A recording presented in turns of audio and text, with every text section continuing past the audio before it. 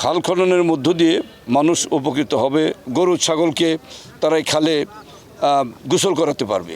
জিয়া নেই, জিয়ার খাল খনন কর্মসূচি আজকে আমরা হাতে নিয়েছি। একদিকে লোহজং, বংশায়, আরেকদিকে ধল্লেশ্বরী, এই তিনটে নদীর মোহনার মাঝখানে আমাদের মির্জাপুর। অসংখ্য খাল এই মির্জাপুরে রয়েছে, যে খালগুলো দীর্ঘকাল বন্ধ থাকার ফলে মানুষ উৎপাদন থেকে বঞ্চিত হয়েছে।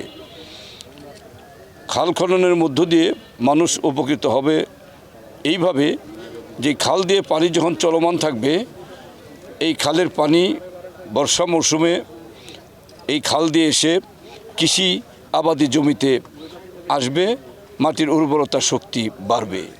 আর যদি বর্ষার মৌসুমে মাটিতে পানি না আসে তাহলে মাটির উর্বরতা শক্তি কমে যায়, ফসল কম হয়। এটা একটা উপকার।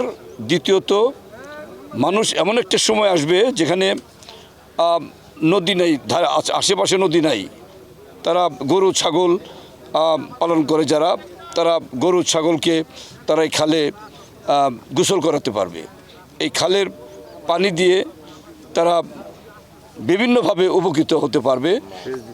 সেচের পানি আসবে, মাছের উপকার হবে, সেচে উপকার হবে। এইরকম বিভিন্ন উপকারের মধ্য দিয়ে এই খাল মানুষকে উপকৃত করবে। আজকে এই খাল খনন কর্মসূচিতে এসে আমি নিজে কোদাল হাতে খাল খনন উদ্বোধন যখন করলাম, আমার মনে পড়ল আমাদের নেতা শহীদ রাষ্ট্রপতি জিয়াউর রহমান নিজে খাল খনন করতে এসেছিল আমাদের মির্জাপুরে কলিমাজানি খাল।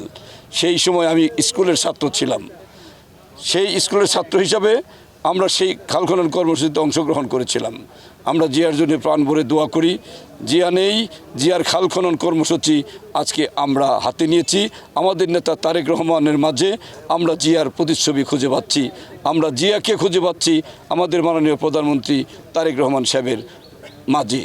আমরা সেই তারেক রহমান সাহেবের ঘোষিত খাল খনন কর্মসূচির অংশ হিসাবে আজকে আমরা মহেরাত শাওয়ালি হাট ফতেপুর এই খাল কর্মসূচির উদ্বোধন করলাম। আমরা জনগণের সার্বিক সহযোগিতা চাই।